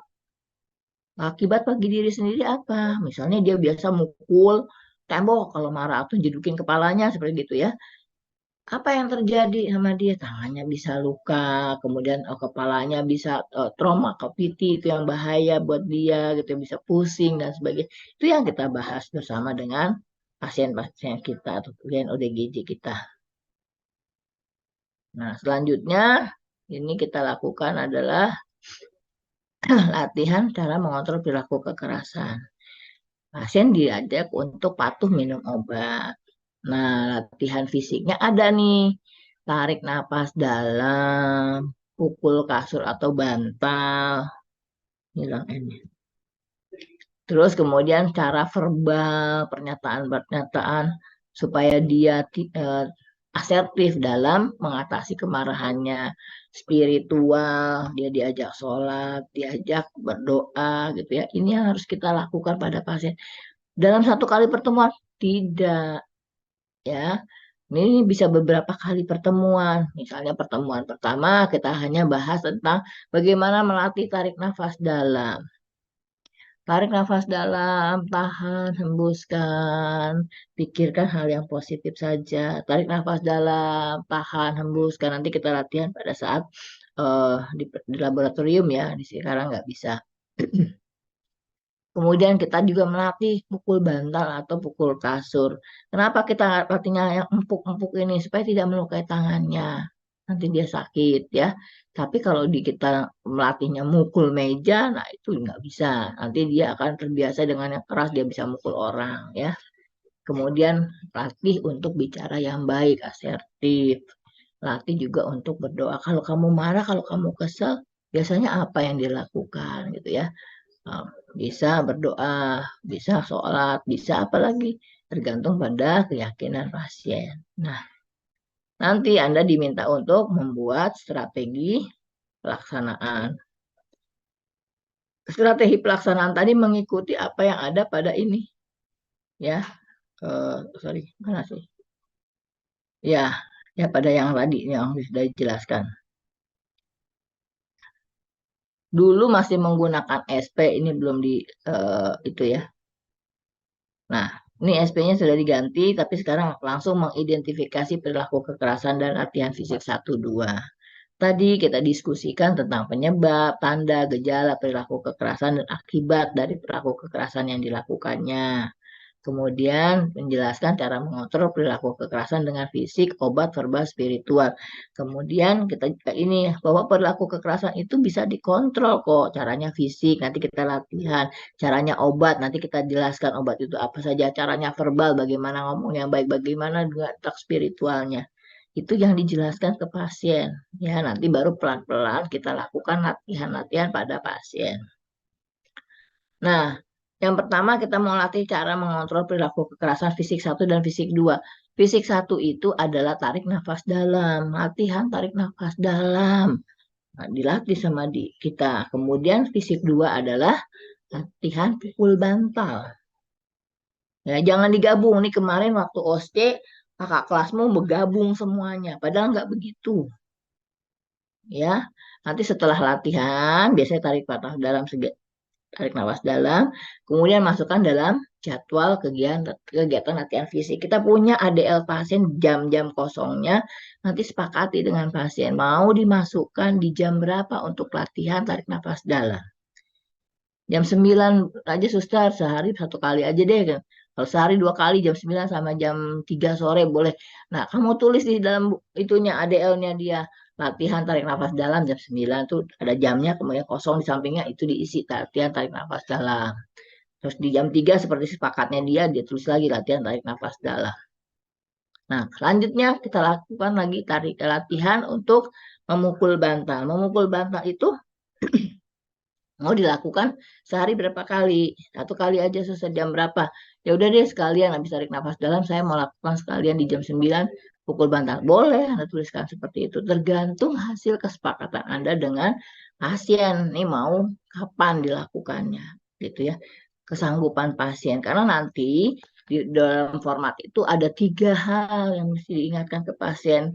Bisa dilakukan secara mandiri setelah kita lakukan latihan, dia melakukan secara mandiri. Bisa dengan bimbingan, kalau M itu latihan mandiri, B itu bimbingan, dan T tidak melakukan. Nanti tinggal Anda tanyakan apa yang terjadi sampai tidak melakukan latihan tersebut gitu. Ya, Anda sudah latih kok nggak dilakukan. Padahal kita mau nanti kalau dia berlatih terus, membudaya bahwa setiap kali dia emosi, dia bisa langsung tarik nafas dalam tanpa ada yang mengomando dia, berarti dia sudah membudaya di dalam dirinya. Dia usaha setiap kali dia bertemu dengan hal yang memicu kemarahan dia, bisa dia kendalikan dengan tarik nafas dalam. Gitu. Bukan kebingungan apa yang harus lakukan, enggak. Tapi bagaimana dia sudah bisa spontan melakukan tindakan untuk meredakan emosinya. Ya, itu yang harus kita terapkan pada pasien gitu. Nah, kalau kakak kelasmu kemarin salah, dia membaca soal di OSCE, kemudian dilakukan tarik nafas dalam, terus langsung dilakukan juga pukul bantal. Kadang-kadang soal OSCE-nya nggak dibaca, ya. Padahal ini satu-satu, ini 2 tindakan ini.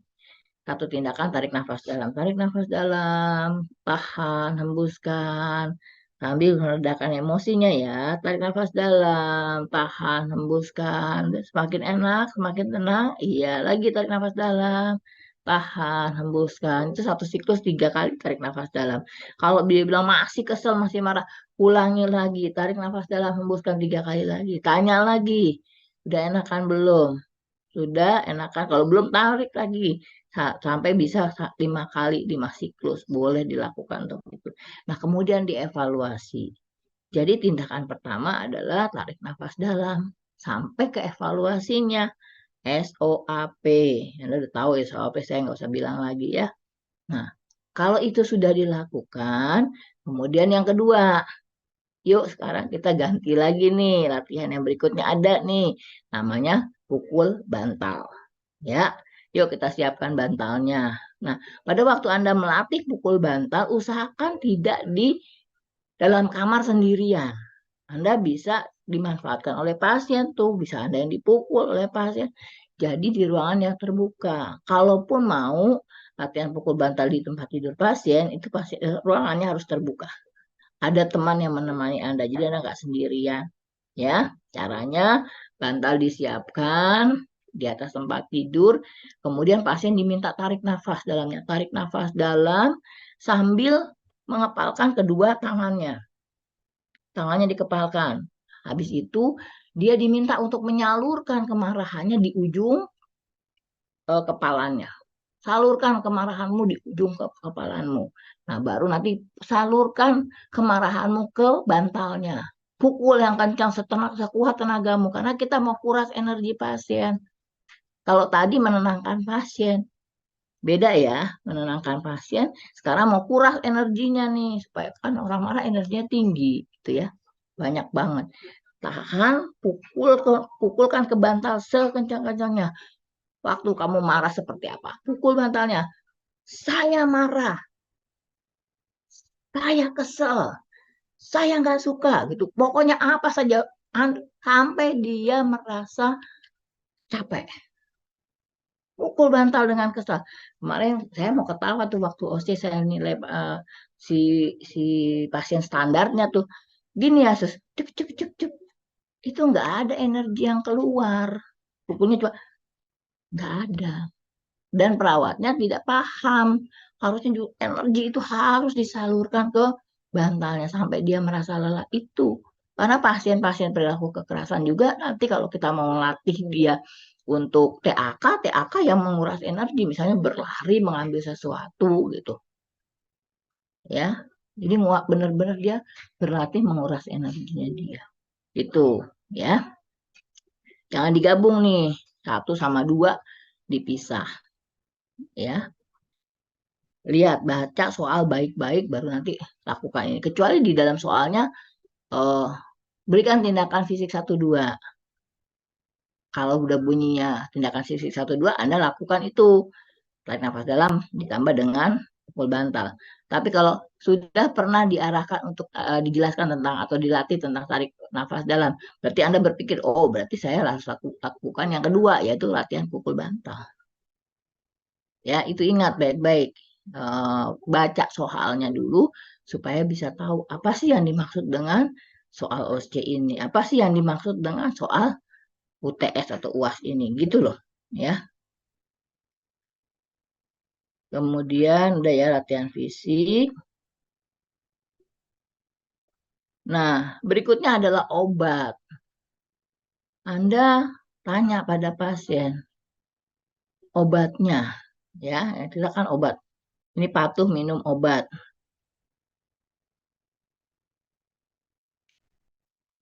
Patuh minum obat. Biasanya pasien yang putus obat, kalau dia dipulangkan, habis dipulangkan kan pasien harusnya kontrol dan minum obat tidak putus, ya. Tapi biasanya kalau sampai rumah dia putus obat, merasa dirinya udah enakan, nah masuk lagi tuh relapse, marah lagi dia. Karena memang pasien-pasien ini sangat bergantung pada obat untuk membantu mengendalikan emosinya gitu. Kalau putus obat pasti pasien itu akan balik lagi ketika dia berhadapan lagi dengan pemicu-pemicu yang lain. Tuh. Ya, kan setiap kita hidup pasti setiap hari ada pemicu-pemicu. Tinggal bagaimana kita menyikapi pemicu tersebut dengan adaptasi yang positif. Gitu ya. Nah, pada waktu kita mau melatih tindakan selanjutnya patuh minum obat, kita evaluasi dulu nih, udah dilakukan belum, sudah membudaya belum, sambil kita ingatkan latihan ya untuk tarik nafas dalam dan juga untuk pukul bantal. Udah, nanti dia udah lakukan seperti itu, kemudian kita kontrol minum obatnya. Dikenalkan nama obatnya, jenis obatnya, waktu minum obatnya kapan, dosisnya gimana, sampai kepada apa sih efek samping dari obatnya. Pasien itu pasti tahu, Bu Suster kalau saya minum ini saya pasti kataton, jadi jalan saya tuh kaku seperti robot. Bisa terjadi seperti itu memang dari obat, gitu ya. Suster kalau saya minum obat ini pasti saya liurnya banyak keluar terus. Bisa. Suster kalau saya minum obat ini berarti saya nanti banyak bengongnya. Bisa. Kalau saya minum obat ini, saya tuh malah nggak konsentrasi, bisa. Nah, kalau Anda menemukan ada pernyataan pasien seperti itu, catat dan segera laporkan kepada dokter yang menjaga dia, dokter yang merawat dia. Dok, kalau dikasih obat ini kok reaksi pasien seperti ini. Sehingga nanti dokter akan memilih lagi obat yang lain yang dampaknya atau komplikasinya lebih kecil gitu loh, dampak ke pasien lebih kecil. Pada saat itu kita menjadi advokat buat pasien, melindungi pasien gitu. Ya, itu yang harus kita lakukan. Jangan obat ini kasih. Nah, ada pabrik obat yang bekerja sama dengan dokter itu melakukan penelitian langsung kepada pasien dengan mencoba obat-obat tertentu. Nah, itu juga harus Anda lindungi. Kira-kira obat ini nanti berpengaruhnya seperti apa buat pasien saya? Jangan Anda diam kan, oh reaksi obatnya malah lebih bahaya, mendingan obat yang ini aja. Anda diam tapi nggak ngomong, nah, itu juga nggak boleh. Kita punya peran sebagai advokat gitu ya untuk melindungi pasien. Jangan jadi kelinci percobaan gitu kan. Kalau di obat-obat itu biasanya kan kelinci percobaannya ya kelinci, tapi setelah itu diterapkan ke pasien gitu. Walaupun pasien kadang-kadang dikasih uang gitu. Ini kalau sehari kamu datang minum obat ini, datang lagi ke kita untuk bicarakan itu dikasih uang transport sekian. Pasien mah senang-senang aja dapat uang transport, tapi kita mesti lihat dampak minum obat itu apa buat dia. Kalau memang membahayakan buat pasien, jangan diteruskan. Anda yang harus bilang, gitu, ya. Jadi ini nggak sembarangan karena obat-obat gangguan jiwa itu berdampak besar buat pasien. Ya, kita tidak ingin pasien kita menjadi kayak zombie kan, jalannya kayak patung gitu kaku, kataton itu nggak boleh.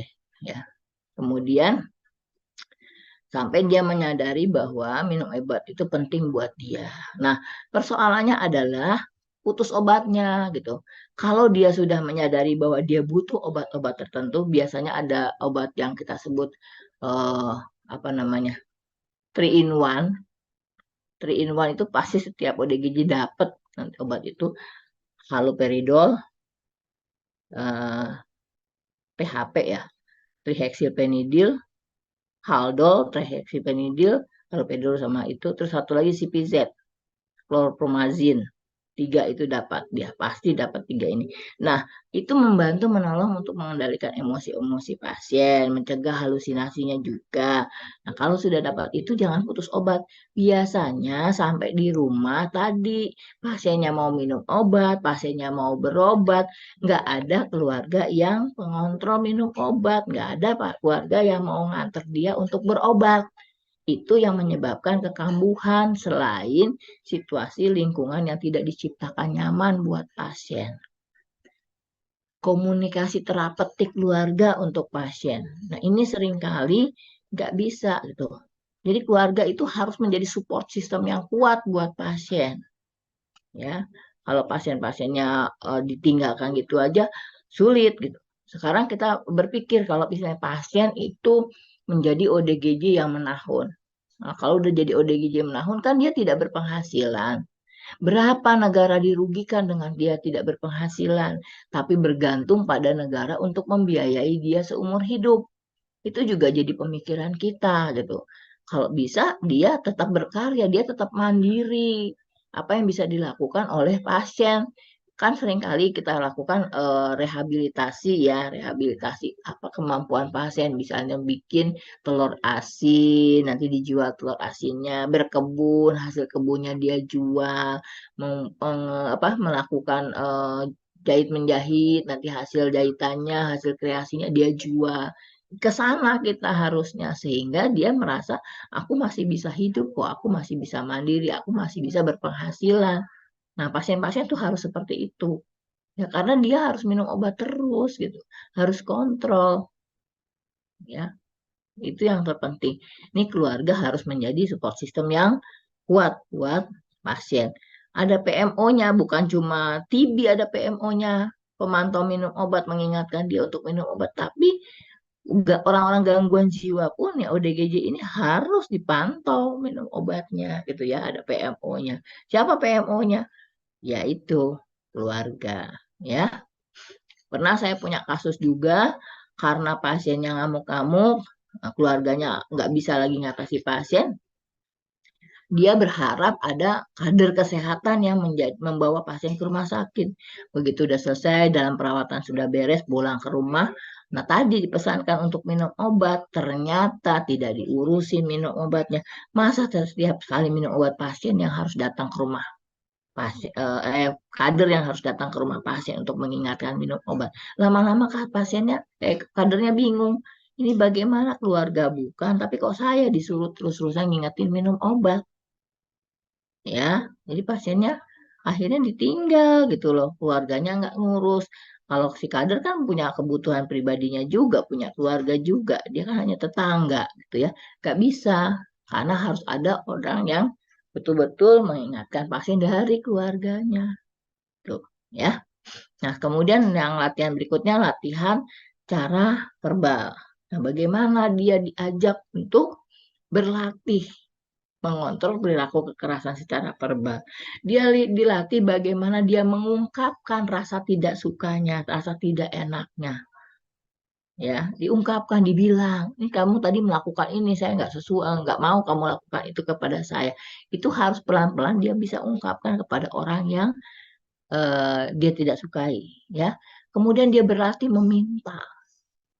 Boleh nggak ini buat saya? Nah, dia nanti ada 2 kemungkinan, diberikan atau ditolak. Dia disiapkan, kalau ditolak nanti kita minta lagi, boleh apa enggak gitu. Kalau ditolak juga ya sudah. Nah, ini yang harus kita latih kepada pasien. Ya, kemudian berlatih juga untuk menolak. Kalau barangnya diminta orang lain, kita menolak, boleh nggak? Boleh. Latih itu, menolak permintaan orang lain. Jadi dia punya perlindungan untuk dirinya. Nah, itu perlu dilakukan juga ya, cara menolak. Nah, semuanya nanti satu demi satu sudah dilatih, fisik 1, fisik 2, minum obat. Nah, kemudian untuk latihan verbal, ini semua tercatat di dalam buku lembar ADL dia. kapan kita latih verbal, kapan kita latih obat, kapan kita latih fisik 1, kapan latih fisik 2, semuanya masuk. Dan yang satu lagi untuk pasien adalah spiritual, ya. Nah, latih kegiatan dia untuk mengendalikan emosi secara spiritual. Kita nggak bisa bilang kamu harus berdoa, harus enggak. Tapi apa yang menurut pasien itu lebih menenangkan buat dia, pilihan itu silakan ada pada pasien, gitu ya. Oke, ini latihan 4 adalah spiritual. Berarti nanti ada latihan 1, 2, 3, 4. Apa aja ingetin tuh ya. Nah, ini jadwalnya. Nih, yang Ibu tadi masuk ADL adalah seperti ini. Ini biasanya sampai jam 23 dibikinnya. Jam 5 sampai jam 23. Nah, Anda nggak tulis gini, jam 5 mandi pagi. Boleh nggak ditulis di sini jam 5 mandi pagi? Tergantung apakah Anda sudah melatih dia untuk mandi ya dengan baik. Itu berarti Anda sedang menjelaskan mengenai DPD ya, kebersihan diri.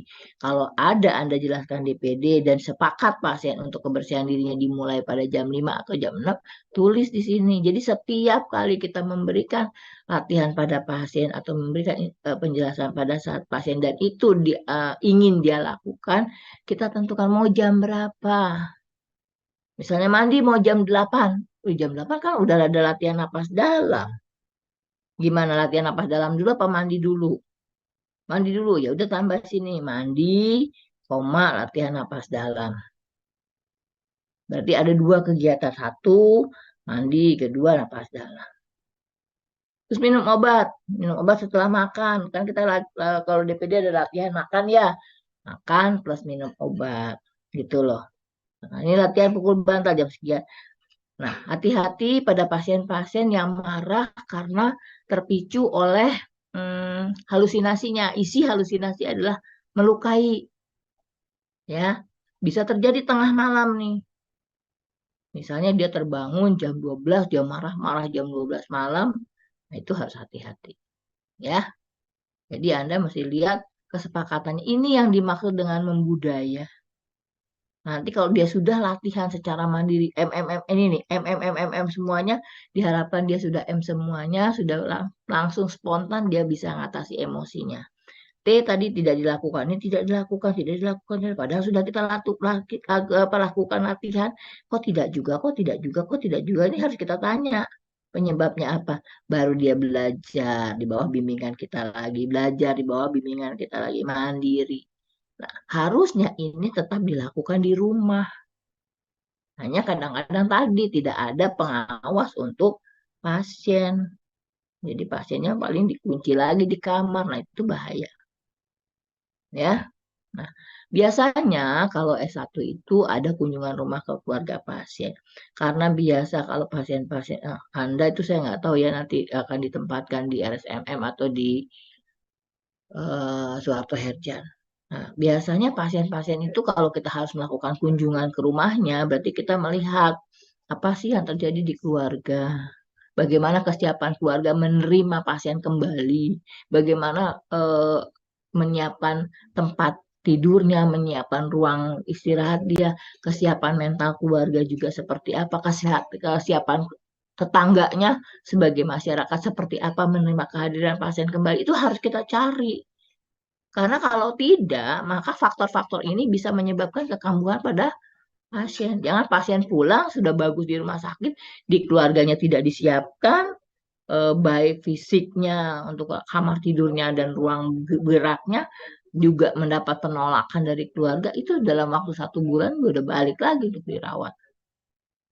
Ditambah lagi dengan lingkungan dia tidak menerima pasien, malah diledekin, ODGJ. Nah, itu akan memicu pasien untuk segera kambuh. Ya. Pasien-pasien ODGJ biasanya kalau dia terutama yang marah nih, udah ada keinginan untuk marahnya tuh suka minta langsung dibawa oleh keluarganya ke rumah sakit. Walaupun belum menunjukkan perilaku kekerasan. Karena dia udah nggak bisa nih mengendalikan emosi, saya harus dirawat. Masuk dia. Dia sudah tahu. Hanya untuk menenangkan dirinya. Ya, kunjungan keluarga biasanya dilakukan, tapi Kita lihat lagi kalau Anda kunjungan keluarga itu jauh-jauh tempatnya. Kalau di RSMM bisa nanti di Rangkas Bitung, jelas kita tidak mungkin ke sana. Gitu ya. Anda praktek untuk seperti itu. Atau tinggalnya dia dirawat di RS Suharto Herdian, pasiennya di Tangerang keluarganya. Kita nggak bisa seperti itu. Tapi bisa kita kontak keluarga melalui telepon. Kalau memang ada teleponnya. Hanya telepon itu tidak di depan pasien. Kalau di depan pasien, nanti dia minta Anda menelpon keluarganya terus. Dimanfaatkan oleh pasien. Jadi jangan beri identitas Anda, jangan bertelepon ria di depan pasien. Nanti pasiennya ngambil HP Anda. Ya, tolong itu perhatian. Jangan sampai Anda melakukan hal yang salah. Nah, tadi sudah Ibu bilang bahwa kita menyiapkan keluarganya.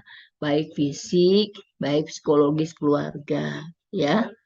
Keluarga itu pasti mendapat labeling dari masyarakat sekitar. Ada anggota keluarganya yang ODGJ gitu. Nanti siapa, misalnya ada adiknya atau kakaknya yang belum menikah, kemudian merencanakan akan menikah, keluarga yang akan menikah ini akan mencari tahu. Wah, keluarga itu ada ODGJ-nya. Gitu. Nanti keturunan kamu ada ODGJ-nya juga. Nah, itu juga harus menjadi pemikiran bagi keluarga. Ya, untuk labeling-labeling seperti itu, untuk penolakan-penolakan seperti itu harus siap juga keluarganya. Ya, yang terpenting di sini keluarga siap secara fisik, secara mental, secara lingkungan itu harus ada, terutama dukungan keluarga untuk pasien ya, supaya dia bisa tetap mengontrol emosinya. Ya, oke. Nah, ini hampir sama. Sorry. Kok gini? Oke. Bagaimana? Menghang nih. Nah, ini untuk keluarga, kita lihat seperti tadi Ibu bilang ya, latihan-latihan yang hampir sama dengan yang kita lakukan pada pasien. Kenapa seperti itu? Pasien disiapkan dengan latihan-latihan yang sama, fisik satu, fisik dua, kemudian dukungan spiritual, kemudian obat gitu ya. Untuk menyiapkan juga kalau pasien bermasalah, keluarga bisa ngingetin, kamu belum, kalau lagi marah kan diajarin tarik nafas dalam. Yang gini nih caranya nih, kata keluarganya. Ayo cara nafas dalam, tarik nafas dalam. Kamu kok marah, yuk latihan untuk pukul bantal. Nah, ini obatnya nih. Jadi keluarga diberi latihan yang sama supaya dia juga bisa mengingatkan pasien ya untuk bisa mengendalikan emosi. Nah, yang terpenting adalah keluarga paham tanda dan gejala kekambuhan. Kalau pasien sudah terlihat ada kekambuhan, itu harus segera kirim atau konsultasikan ke puskesmas terdekat atau rumah sakit terdekat untuk melihat lagi bagaimana kondisi pasien, apakah obatnya dirubah, apa dosisnya ditambah, dan sebagainya. Nanti hasil pertimbangan dengan dokter. Kalau terpaksa sekali perilaku kekerasannya sedang amuk, baru dilakukan proses pengekangan atau pengikatan.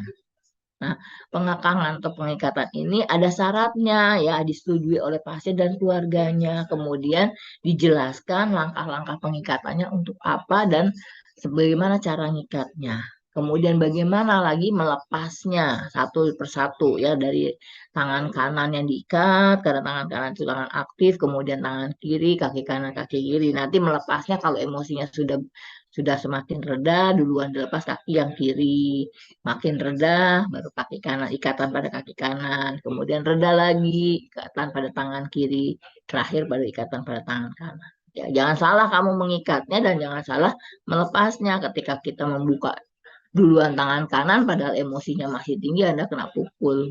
Walaupun kakinya dua-dua masih diikat, tangan kirinya masih diikat, tangan yang aktif Anda buka duluan. Nah, itu kurang baik juga gitu ya.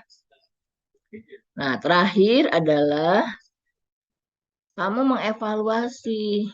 Nah, apakah pasien sudah mampu? Waktu kita tadi kan membahas diskusi dengan pasien tentang penyebab dan sebagainya. Apakah pasien sudah bisa menyebutkan ini? Kemudian apakah pasien sudah bisa berlatih ini? ya, dengan fisik 1-2, dengan cara meminta, menolak yang baik, itu mengungkapkan yang baik, terus menggunakan spiritual itu 2 macam, kemudian menggunakan obat dengan teratur, apakah sudah ada perubahan itu. Yang terpenting apakah keluarga sudah bisa merubah mekanisme coping yang negatif menjadi mekanisme coping yang positif gitu ya. Jadi tadinya dia marah, dia mengungkapkan dengan baik, itu yang Anda harus lihat. Nah, keluarga juga sama. Keluarga harus kita lihat untuk kita evaluasi. Maka paham nih tentang kondisi pasiennya ya. Nah, yang sering kali terlupakan oleh keluarga adalah tanpa disadari sering menjadi pemicu terjadinya perilaku kekerasan yang kemudian. Itu keluarga seperti itu.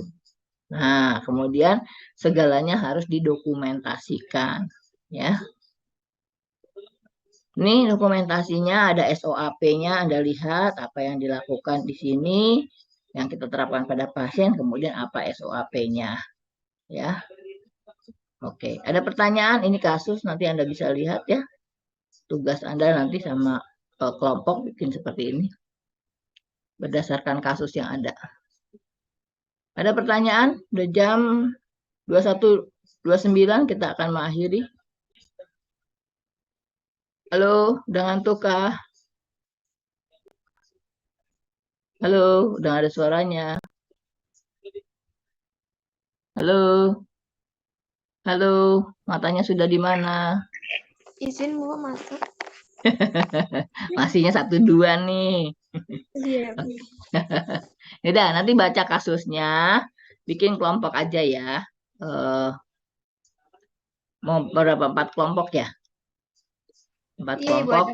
ada. Bikin kasus ini, bahas sesuai dengan perintahnya pada kasus ini, nanti kirim ke Ibu hasilnya gitu ya.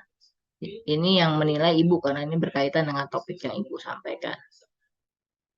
Ya, ada pertanyaan, matanya udah segaris ya.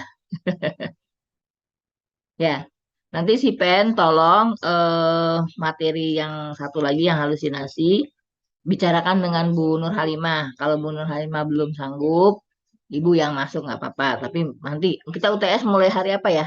Kita UTS hari Kamis ya? Lupa Ibu. Apa Jumat? Nanti kita lihat waktunya, diskusikan apakah kita mau masuk dulu setelah UTS ada jam kosong tuh, saya udah bicara sama Kaprodi, jam kosong bisa dipakai 2 jam untuk menyampaikan materi gitu ya. Nanti diskusi dulu dah si Pen sama teman-temannya ya. Ada pertanyaan? Sudah di SS belum si Pen? Izin menjawab belum Ibu?